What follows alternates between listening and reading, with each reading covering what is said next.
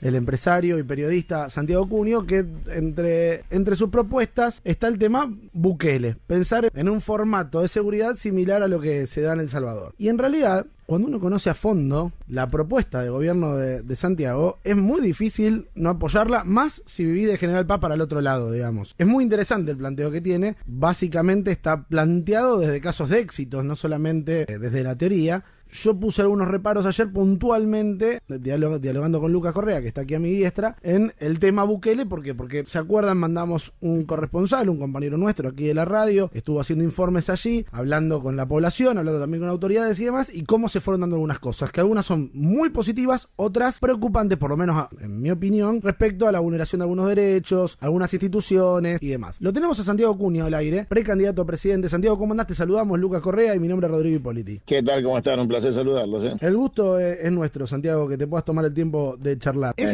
mi obligación. Está muy bien, pero hay muchos que no lo hacen. ¿Querés explicarnos para la audiencia? Después, si querés, vamos y charlamos del tema Bukele y El Salvador, pero lo más interesante es lo del cambio sistémico de una república que vos mismo encontrás que hoy no funciona como debería y que esto genera los problemas que tenemos. ¿Y cómo planteás vos desde el lugar de la Confederación algo que sí funcione? Nosotros, y digo nosotros porque soy parte de los que hemos vivido equivocados a partir de la triste experiencia de la noche de la dictadura, que nos trajo en democracia a confundirnos democracia con república a partir de una maniobra intencionada de educarnos de esa manera y de instalar un concepto republicano en sustitución del concepto de patria. Y transitamos esta democracia moderna equivocados y fuimos aprendiendo a los golpes y con equivocaciones, que realmente la república es un corset que tiene dos instrumentos de saqueo bien claros. Uno es la trampa de la coparticipación federal y el otro es el sistema electoral. Ambos son los instrumentos por los cuales los argentinos estamos sometidos a esta decadencia y a esta nefasta y oscura realidad donde el hambre y donde la situación de desempleo y de situación de indignidad en la que estamos sometidos muestra que estamos frente al fracaso. Y para volver hacia la Argentina del éxito se necesita profundizar el análisis de cambios estructurales y no más de maquillajes o parches de una Argentina que se hace un traje de payaso, ¿no? Tiene tantos parches que no sabe dónde está la tela. Y la verdad es que la Argentina del fracaso ha sido constituida por todos nosotros. Todos somos responsables. Ahora bien, si hacemos un diagnóstico correcto, asumimos nuestras responsabilidades y culpas, y a partir de ahí, con un buen diagnóstico, tratamos de salir de esta situación, estamos bien encaminados. Si vamos a seguir repitiendo el empoderamiento a aquellos responsables de esta situación, la Argentina no tiene salida. La Confederación es un modelo del cual la Argentina jamás debió haber salido, pero desgraciadamente después de la batalla de Caseros, claro, y de aquel triste episodio histórico en el cual con mercenarios portugueses se derrotó a las tropas del restaurador Juan Manuel de Rosas, entramos en la vida institucional que derivaría en el orden republicano y la Constitución, que son posteriores a los pactos preexistentes que cita el preámbulo de la Constitución, que son los acuerdos entre las provincias que son preexistentes al Estado-Nación y a la Constitución Nacional. Nosotros creemos que es tiempo de volver a ese orden en el cual las provincias eran autónomas y mantenían la unidad a partir del concepto de patria y de la integración territorial a través del éxito, y que se consolida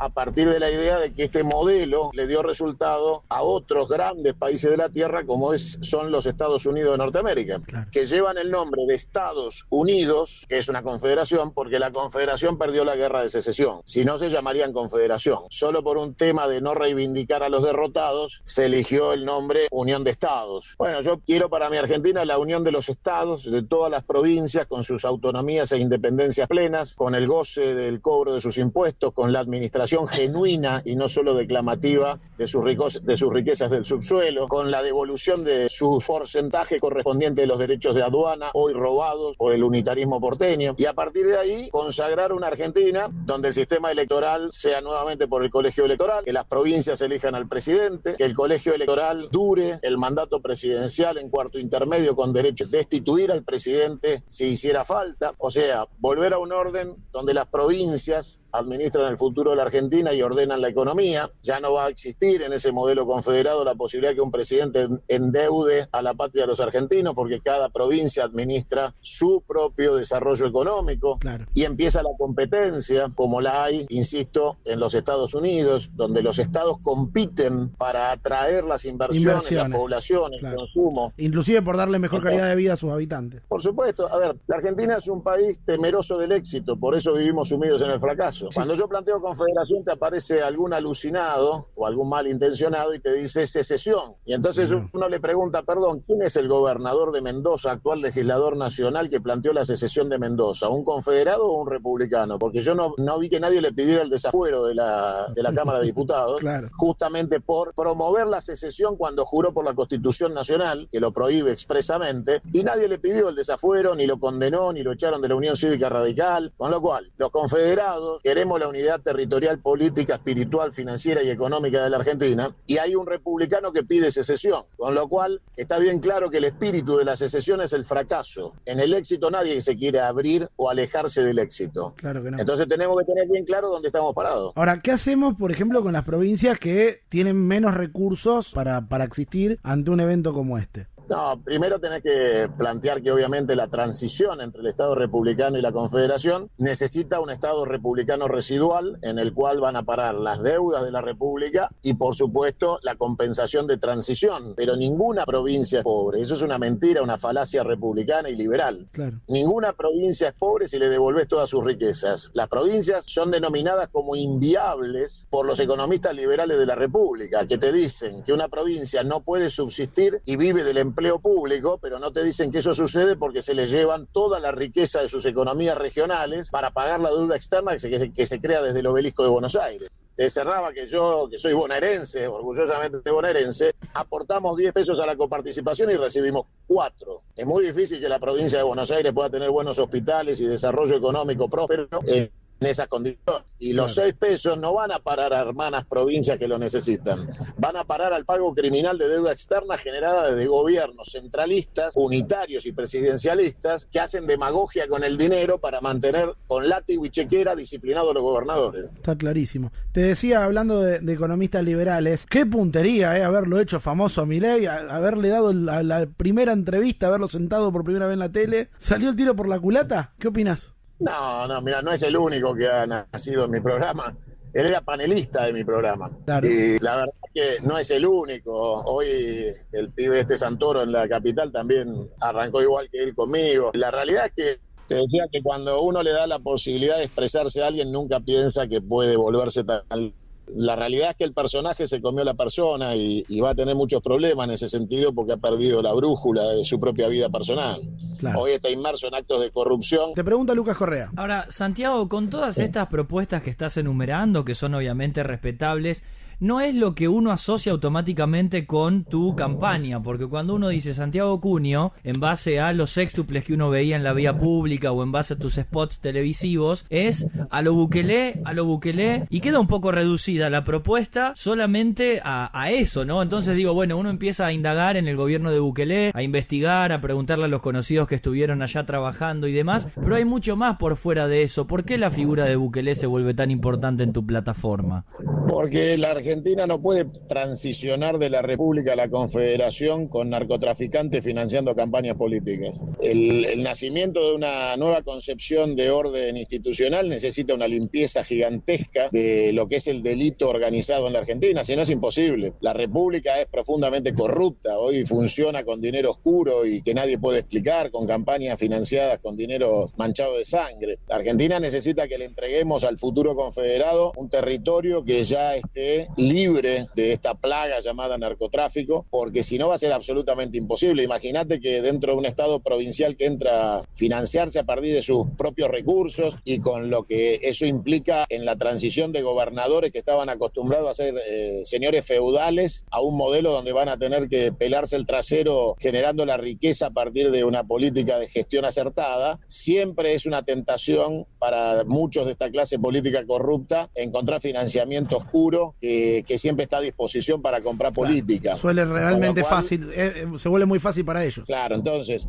primero hay que limpiar el territorio para asegurar que las estructuras municipales y provinciales estén limpias de esta corrupción, que no sean inmediatamente infiltrados por grupos poderosos económicos en una etapa que, te repito, es de transición, y las transiciones siempre son difíciles, es como la adolescencia. Entiendo. Con lo cual ahora hay que asegurar limpieza de delitos. ¿Cómo hacemos o qué equilibrio se puede encontrar desde el Estado para hacer una limpieza del territorio, con la cual creo que todo el mundo coincide, nuestra audiencia fundamentalmente, pero que no se te vaya la mano, no pasarse de largo o no tener, como en este momento tiene Bukele, denuncias de organismos internacionales de derechos humanos respecto a todo bien con combatir las pandillas, pero no se están respetando, se están vulnerando algunos derechos humanos? ¿Cómo hacemos ese equilibrio entre limpieza necesaria y no que se transforme en otra cosa? Mira, me extraña que me preguntes eso. Yo estuve en El Salvador 2 veces, conozco profundamente el sistema que se utilizó, conozco profundamente el territorio.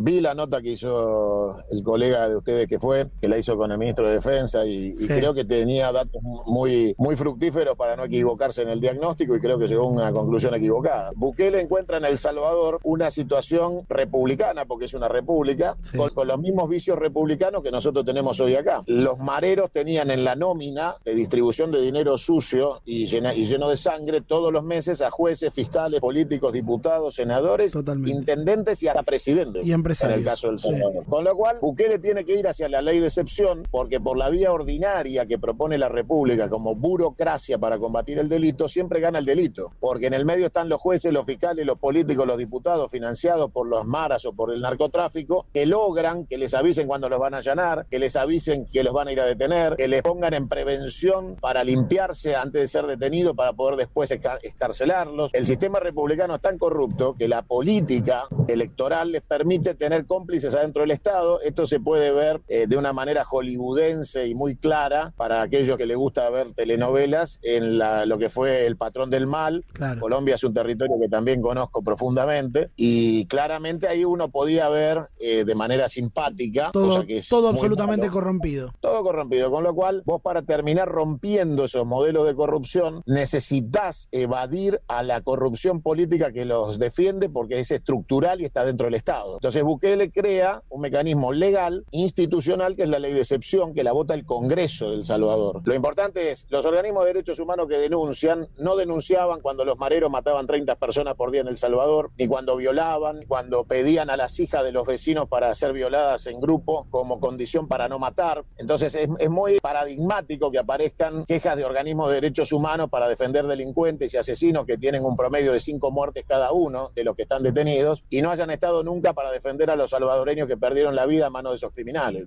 Yo no veo ningún abuso a los derechos humanos en El Salvador. Veo un Estado poderoso que limpió las calles para que la gente vuelva a salir con los pibes a jugar la pelota y andar en bicicleta, salir a las plazas hasta las 10, 12 de la noche sin que nadie los afane. Con lo cual yo veo otro Salvador y no vi los derechos humanos violados, vi la devolución de los derechos humanos a los salvadoreños honestos que eran torturados, masacrados, asesinados y robados por las maras. Ahora, Santiago, por ejemplo, porque este tipo de situaciones que además generan un nivel de aprobación de la población altísimo, o que le tiene un muy alto nivel de apoyo de su gestión por parte de la población, también terminan generando algunas situaciones nocivas respecto a hacer pelota a algunas instituciones. En este caso, el intento de reelección de Bukele, que es inconstitucional, viendo la forma de sortearlo. Digo, ¿no te da la sensación que a partir de ciertos liderazgos termina siempre complicándose la cosa, y que el que viene a limpiar la corrupción termina generando una nueva en algunos casos? Si querés, no discutamos el tema de los 64.000 detenidos, porque, digamos, en un proceso como ese siempre hay situaciones puntuales de injusticia, si se quiere. Pero supongamos que es la forma de pacificar esa población. Hablando de otra cosa, vos sos periodista y has vivido situaciones donde te han hinchado muchas veces por preguntar, por exponerte y demás, al extremo que terminaste generando tu propio medio porque evidentemente no te dejaban trabajar con la comodidad que a vos te gustaría. Se sabe también que hay ciertas persecuciones o problemas de censura a la prensa en El Salvador. ¿Cómo es esa otra parte? ¿Por qué se pasan un par de pueblos en gestiones que podrían ser distintas? Mira, yo tengo una experiencia que es que el último viaje salí de la catedral y me encontré con el canal de televisión que lidera la oposición a Bukele y le hice una nota a los periodistas de ese canal. Y la periodista del canal opositor me dijo, la verdad que yo volví a vivir y mi familia pudo conocer lo que es salir de la casa de noche y poder venir a una plaza a escuchar música después de 35 años. Y era la periodista del canal de la oposición. Ese programa lo pasé en mi canal y a los 3 días me llamó la periodista si por favor podíamos levantar la entrevista porque la estaban amenazando con echarla. Los que dicen que Bukele censura a la prensa. Entonces, la realidad es que es muy faccioso ponerse de un lado de la historia si uno no conoce la otra. Entiendo. Y la verdad es que yo creo que El Salvador tiene un modelo de excepción porque su situación venía de 11 años de guerra civil y 35 años de maras. Entonces, pedirle a Bukele que sea perfecto porque es el presidente y olvidar los antecedentes de El Salvador que dieron origen a la llegada de Bukele al poder y la posibilidad de que la salida de Bukele del poder permita que vuelvan esos mareros a la calle. Creo que hoy el pueblo de El Salvador prefiere la reelección de Bukele a ver a esos asesinos nuevamente paseándose por las calles. Ahora, yo no estoy de acuerdo en ninguna situación que se prolongue más allá de la voluntad popular. Y esto quiere decir que por más que Bukele se candidatee a una reelección, si la gente no lo quiere, no lo va a votar. Se entiende. Porque claramente Bukele llegó en El Salvador contra todo pronóstico. O sea que si el pronóstico fuera que el oficialismo gana, Bukele no sería presidente. Esto quiere decir que la gente va a ir a votar finalmente a las urnas y decidirá. Si Bukele saca el 94%, creo que es absurdo cuestionarle la legitimidad de lo que puede ser un marco legal que finalmente el Congreso podrá modificar. Y si la gente lo acompaña, ¿qué le vamos a decir al pueblo de El Salvador? Totalmente. Sí. Con un referéndum nada más acerca de su candidatura o de la reforma de la Constitución está saldada la deuda y obviamente que arrasaría en votos porque se sabe que está más que bien considerado. Ahora, Santiago, Argentina hoy, ¿considerás que tiene algún paralelismo con El Salvador que encontró Bukele como para intentar algo parecido en el país? Porque, por ejemplo, nosotros aquí hablamos, está bien, ¿no? Hablamos nosotros con la política más clásica, que es justamente la que vos estabas criticando hace algunos minutos y que es funcional al sistema que está funcionando actualmente, pero consideran... Son los culpables y son los amigos de los narcos. Claro, pero... Son los republicanos que se financian de los narcos. A nivel números, digo, todavía no estamos en esa situación. ¿Es momento de un Bukele en Argentina para trazar un cierto paralelismo o en realidad sería una exageración y quizás todavía no porque estamos un poco mejor quizás que El Salvador hace algunos años? Mira, yo no sé si ustedes son rosarigacinos de nacimiento o llegaron más tarde. No, yo sí, uno sí y uno no. Yo llegué más tarde. Uno lo adoptamos hace 15 años y el otro nació acá. Me recibieron con Bruce Springsteen, Esto es América, yo esperaba a Fito Páez, pero la realidad... es que ustedes en Rosario hoy, le hablo a todo el pueblo de Rosario, cada uno de los rosarinos que ha perdido un familiar, lo han matado, lo han asaltado, lo amenazan, le piden una vacuna, como se dice en Colombia, para poder trabajar, que es la extorsión para no balearte la puerta de tu casa. No va a estar de acuerdo con vos con que no estamos en un estado de maras, porque claramente el narcotráfico en Rosario ha ganado las calles y el Estado se declara impotente para solucionarlo, y con los instrumentos de la República no lo va a solucionar jamás. Con lo cual yo le pido al pueblo de Rosario que se despierte, que no vuelva a empoderar a los que fracasaron, porque la realidad es que hay un mecanismo que lleva hacia el fracaso más allá de las personas. Einstein decía que si uno sigue siempre el mismo camino, llega siempre al mismo resultado. Y creo que Einstein era un poco más inteligente que nosotros. Entonces yo les recomiendo que no me escuchen a mí, que escuchen a Einstein.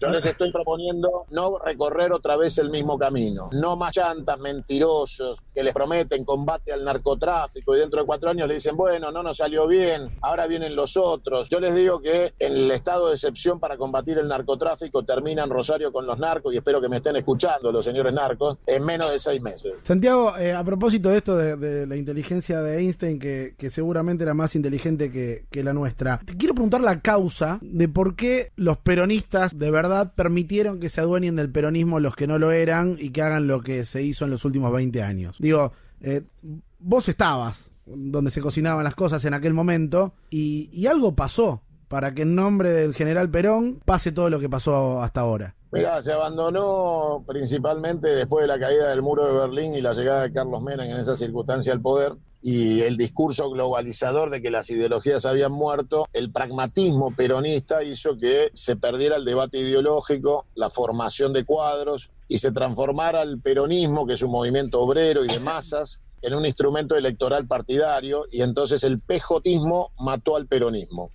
Nosotros como peronistas, no importa dónde estemos, porque somos un movimiento, representamos a la clase obrera. Nosotros somos el movimiento obrero organizado. Y hemos dejado de representar los intereses de los obreros, igual que lo ha hecho la izquierda. La izquierda ha transformado su pertenencia obrera en minorías sexuales y el peronismo ha mutado de la representación, el pejotismo ha mutado de la representación de la clase trabajadora a la especulación y la situación más perversa de un diccionario criminal de la política republicana, donde se habla de aparato, de caja, se habla del Estado como una caja de la política partidaria y la gente no se asombra, no se ofende, no se indigna y lo vuelve a votar. Claro. Entonces, yo lo que digo es, el pejotismo, el partido justicialista, no tiene peronistas adentro, tiene una banda de forajidos que buscan empleo público y que se han transformado en eso, en una agencia de empleo, motivo por el cual la mayoría de la gente en la Argentina no está yendo a votar. Nosotros le pedimos a la gente que nos empodere para ir al debate presidencial y para poder debatir estas cosas que estamos charlando en la cara de los responsables que nos han traído hasta acá. Quiero tenerle esa oportunidad de mostrarle al pueblo argentino que hay un camino distinto, que tenemos que transitar, que es devolverle a las provincias sus autonomías, devolverle a los municipios sus autonomías. ¿Quién puede creer que el que compra un auto en un municipio le tenga que pagar la patente a la provincia? ¿Y quién puede creer que la generación de la riqueza de una provincia la tenga que administrar el presidente de Buenos Aires? Que encima nunca administró nada en su vida, digamos, ¿no? Lo que ha hecho es un desastre. La República es un modelo de fracaso y expoliación y transferencia de la renta. Estamos siendo saqueados con el verso republicano. Y hemos llegado a un punto donde la sociedad tiene miedo, no sale a la calle, tiene miedo que los maten, tiene miedo de perder el trabajo, tiene miedo por sus hijos. Es una sociedad con miedo. Yo le pido a la gente que entienda que algunos no tenemos miedo y que estamos proponiendo un cambio estructural en la Argentina. Para el rosarino particularmente hay que devolverles la paz. Y la paz no se devuelve caminando el mismo camino. Son todos unos chantas, ninguno va a combatir el narcotráfico. Santiago, ha sido un gusto charlar contigo, estamos a disposición. ¿Vas a venir a Rosario en lo que queda de campaña? Antes del 13 voy a andar por ahí, sí.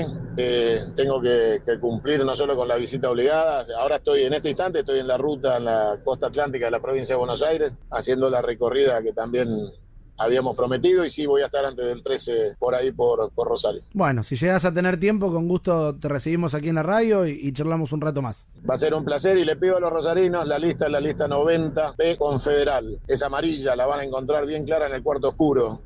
Recuperemos la paz para Rosario y es a lo Bukele. No hay otra manera. Un saludo, Santiago, gracias. Fuerte abrazo. Igualmente. Santiago Cunio, precandidato a presidente de la Nación, charlando con nosotros. Argentina.